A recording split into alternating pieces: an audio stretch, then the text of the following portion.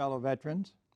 My name is Gary Ferguson, founder and CEO of Pathways for Veterans, a national nonprofit. I am honored to be host for this evening's event of Veterans Helping Veterans Television. Let me start by acknowledging my friend Cheryl Schaefer, a Vietnam-era veteran who created the Veterans Helping Veterans TV network, along with her team here at MidPen Media Center, for making it possible for me to share my story while serving in Vietnam and my return to civilian life. First, let me start by presenting a few facts. In August of 1966, I was drafted into the United States Army. All I knew at the time was there was a war going on in Vietnam and very little else. Like our veterans who served their country after January 1st, 1973, I had very little choice. Veterans who served after January of 1973 all have one thing in common. They all volunteered to serve their country, willing to risk everything, including their lives.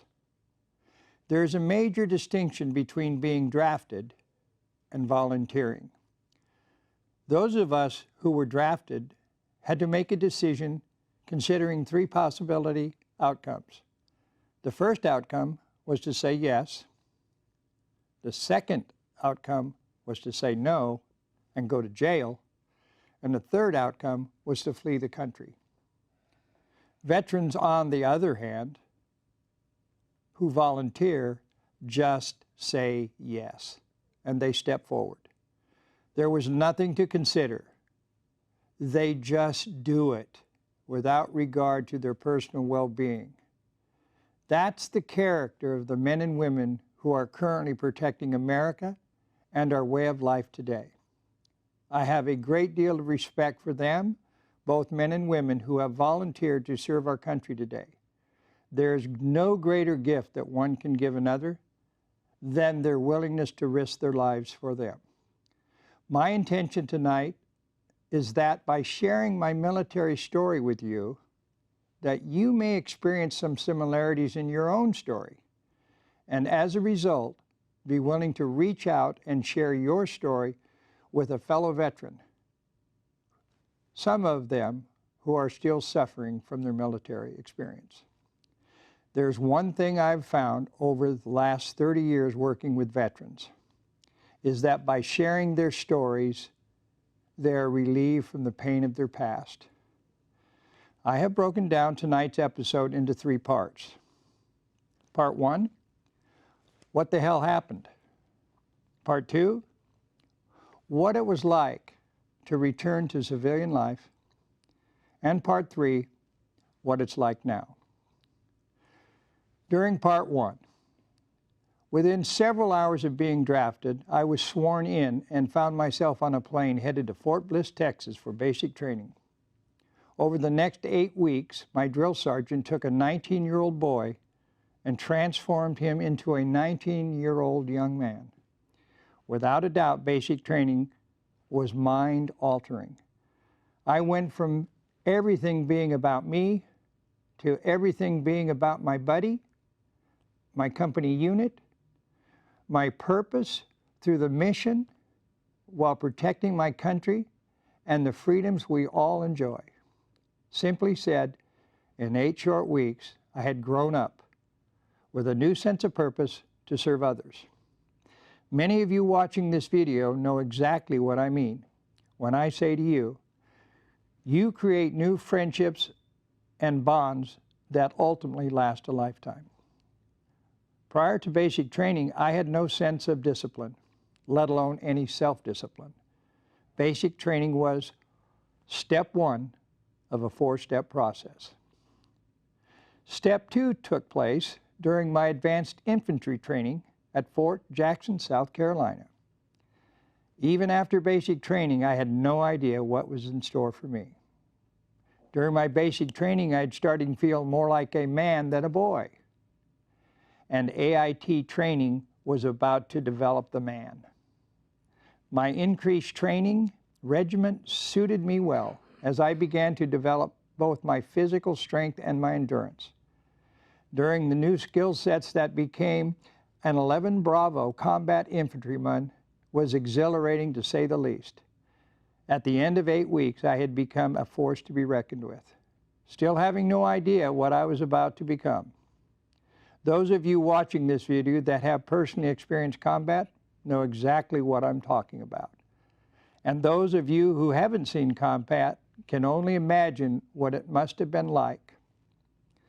Step 3 was my development, which happened within 1 week of graduating from advanced infantry training. When I landed at Ben Hoa Airfield in South Vietnam, I've never forgotten waiting on that airstrip for my final in-country deployment to my new company unit, which was Company D, 1st of the 5th Air Cav. Within 8 days of arriving in country, I would find myself constantly being shot at by an enemy that I could not see. No amount of training can prepare you for this kind of experience. Your training, if you can remember it, merely provides you an opportunity to be shot at again, and later, during the same day or maybe later that night.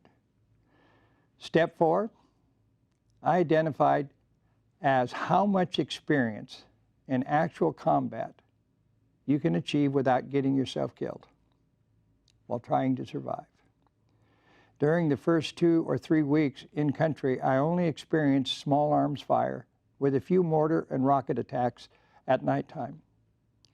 Although I'd experienced minor combat with the enemy early on, these experiences were superficial and resulted in a very low body count with only a small number of arms recovered.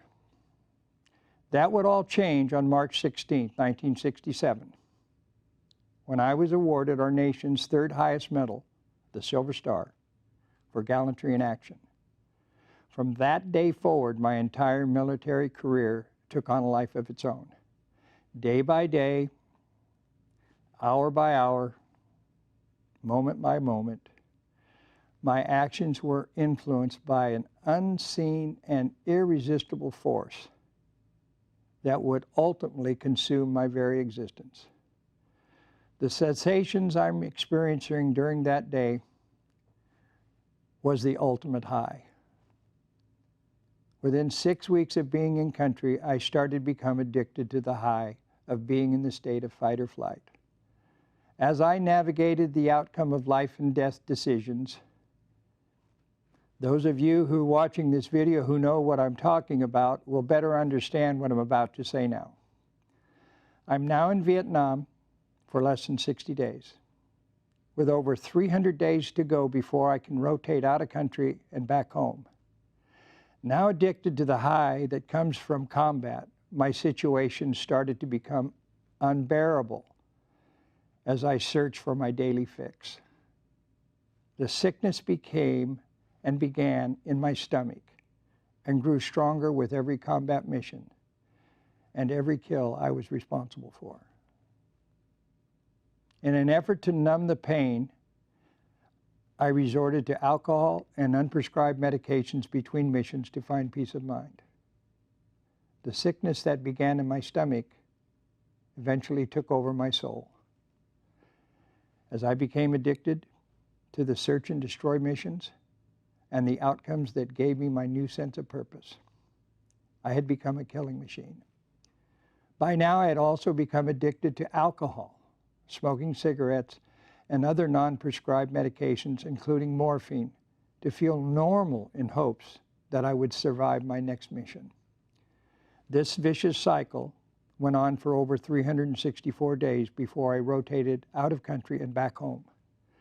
During my tour in Vietnam, in addition to the Silver Star, I was also awarded the Bronze Star for heroism, the Bronze Star for meritorious service, 2 Purple Hearts, 2 Air Medals, a Combat Infantry Badge, and a handful of other medals that I don't remember, even what they were for. Having survived over 40 air assaults into hot landing zones and 47 night ambushes, I became more than a seasoned warrior. I became very dark with the sickness of the soul that was now manifesting deep inside of me.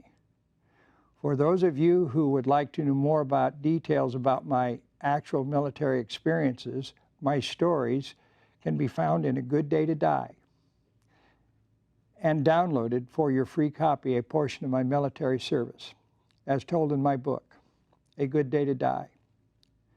A Good Day to Die is released in November on Veterans Day of this year.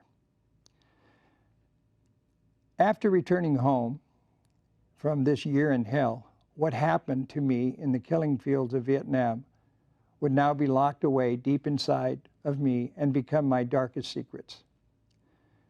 Part 2 of this episode. What it was like to become a civilian.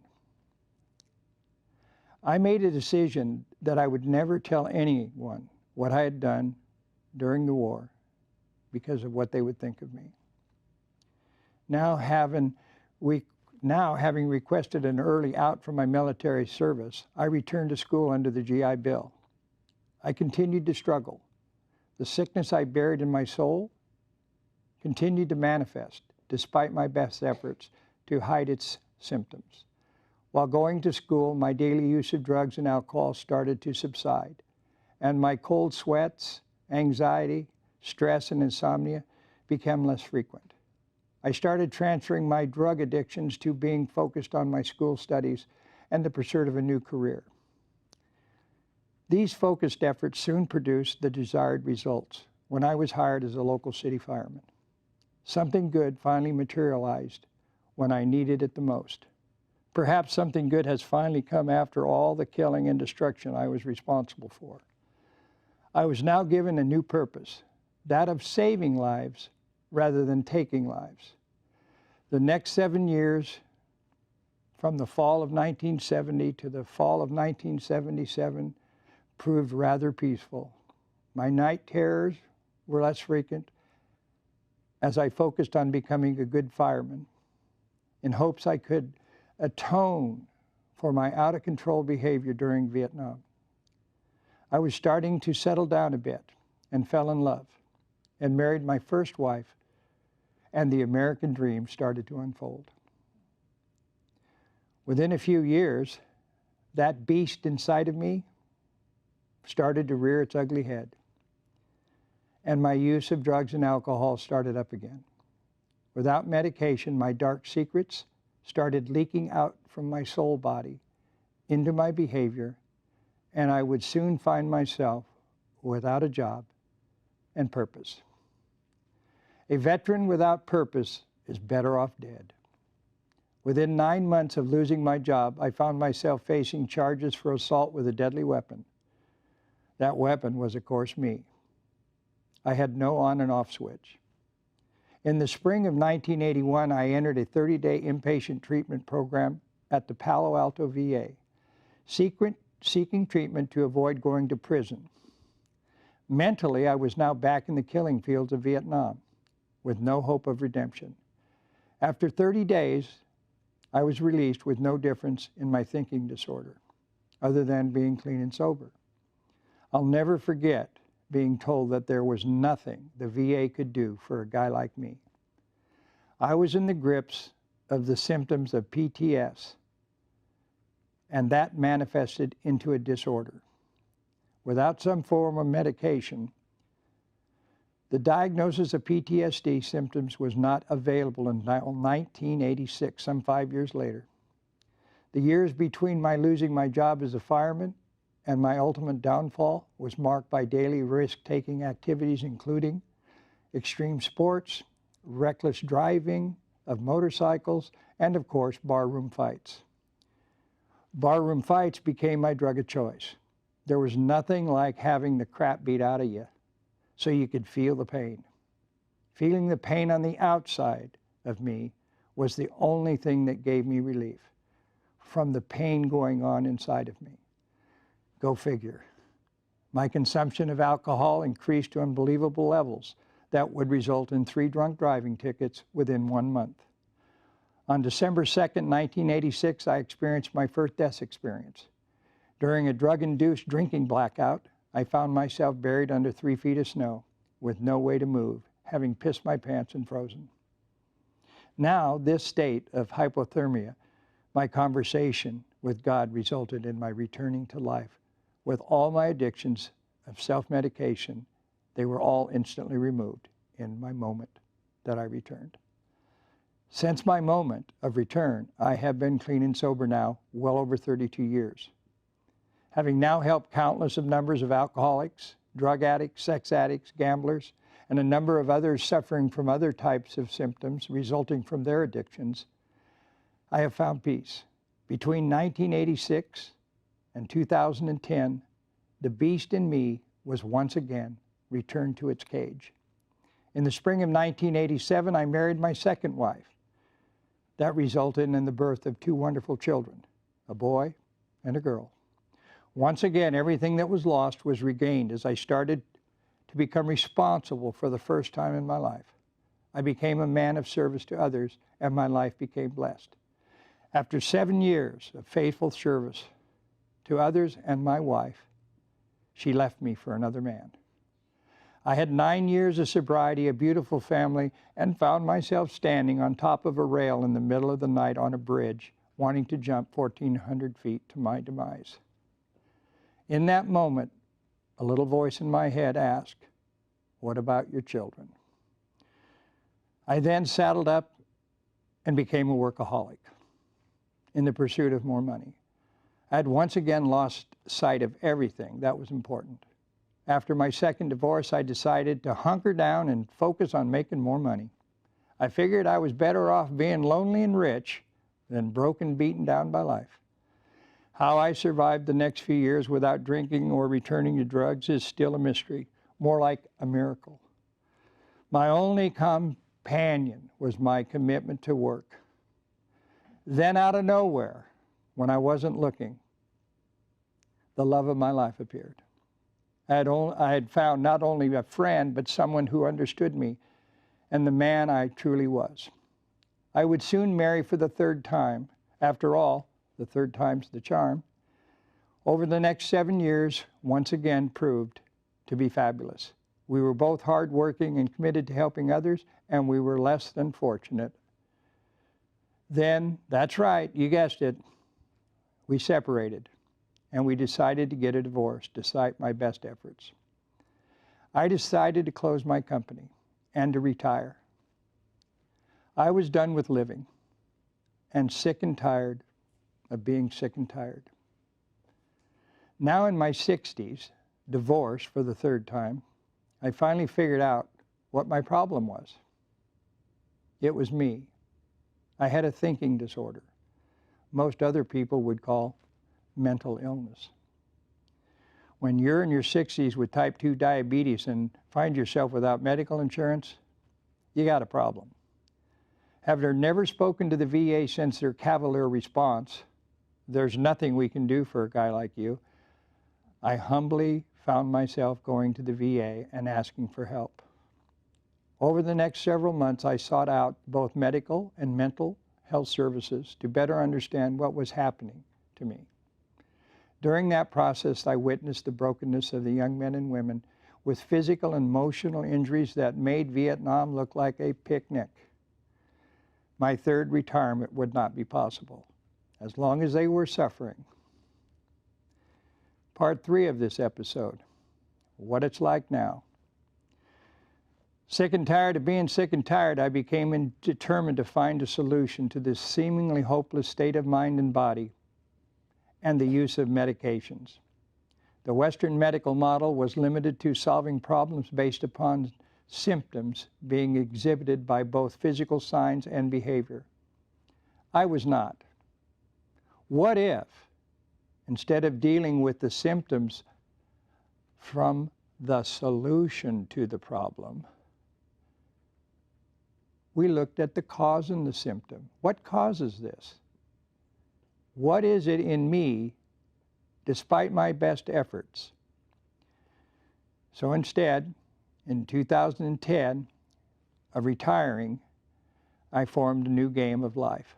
I decided to invent a new game. The game would be played from the point of view of a new paradigm where profit would not be measured in the form of money, but rather in the form of results achieved.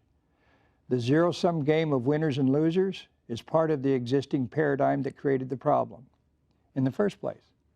This paradigm is grounded in competition rather than collaboration. According to Einstein and today's science, one cannot solve a problem from the paradigm in which it was created. In 2010, I was officially rated as a 100% permanently disabled veteran diagnosed with PTSD, TBI, and a half a dozen other medical disorders that should have landed me dead a long time ago. And they were all directly associated with my military service. In 2011, I created Pathways for Veterans, a nonprofit, to provide research and funding to provide relief from the symptoms of our society calls PTSD. And so what I did is I redefined PTSD. Our society defines PTSD as post-traumatic stress disorder. In plain English, past or post after an event. Traumatic means an emotional, disturbing, or distressing event. Stress means a state of mental or emotional strain or tension resulting from adverse or demanding circumstances. Disorder means a state of confusion. During my early research, I said to myself, if I'm to survive this hopeless state of mind and body without drugs, I must first change my definition of post-traumatic stress disorder. So I did. My new definition of post-traumatic stress disorder was much simpler. Past trauma stated differently. I cannot change the facts of what happened during the events in the killing fields of Vietnam. I can, however, change the meaning I gave to those events and what happened. Collaboration is the key to this new Pathways paradigm called the Genesis of Change.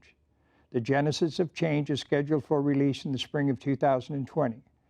During the creation of the Genesis Change, my personal transformation from the sickness that resided in my soul was released. Shortly after that release, I was given a second chance with my wife, and we got remarried.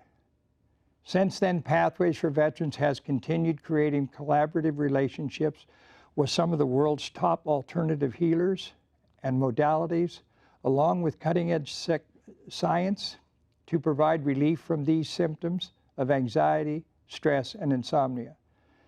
If you are a veteran, a family member of a veteran, or you know a veteran who might benefit from our free services, contact Pathways for Veterans. Pathways is responsible when any veteran anywhere reaches out. We want our hands to be there. That is it. That's why we exist. For me personally, the profound privilege that I have as not only the founder, but the executive director has been the best experience of all the experiences in my life. Watching the light come on in these young men and women who are so far gone. We call it in service the China stare. We have no idea for some of them if they'll ever come back, but the possibility to provide them simple solutions to relief from these terrible symptoms and afflictions that they have, having served their country, we can do no less. You know, for those of you who are not familiar with a lot of the work that I speak of, please go to one of our websites. All of the services that we provide at Pathways for Veterans, Good Day to Die, and things that are made available to the veteran and their families is extraordinary. And these are all gifts that were given to us by some of the most talented people on the planet, both in the world of academia and also in the world of science. So help and solutions are there. So please, having watched this, reach out and thank a veteran for their service. Veterans are not interested in our opinions. What veterans want most is to have an experience of being heard. And I'm honored that I'm able to come here and speak on behalf of Pathways and the veteran community in hopes that they will come and find a way to share their story in hopes of helping another who still suffers. Thank you. and good evening.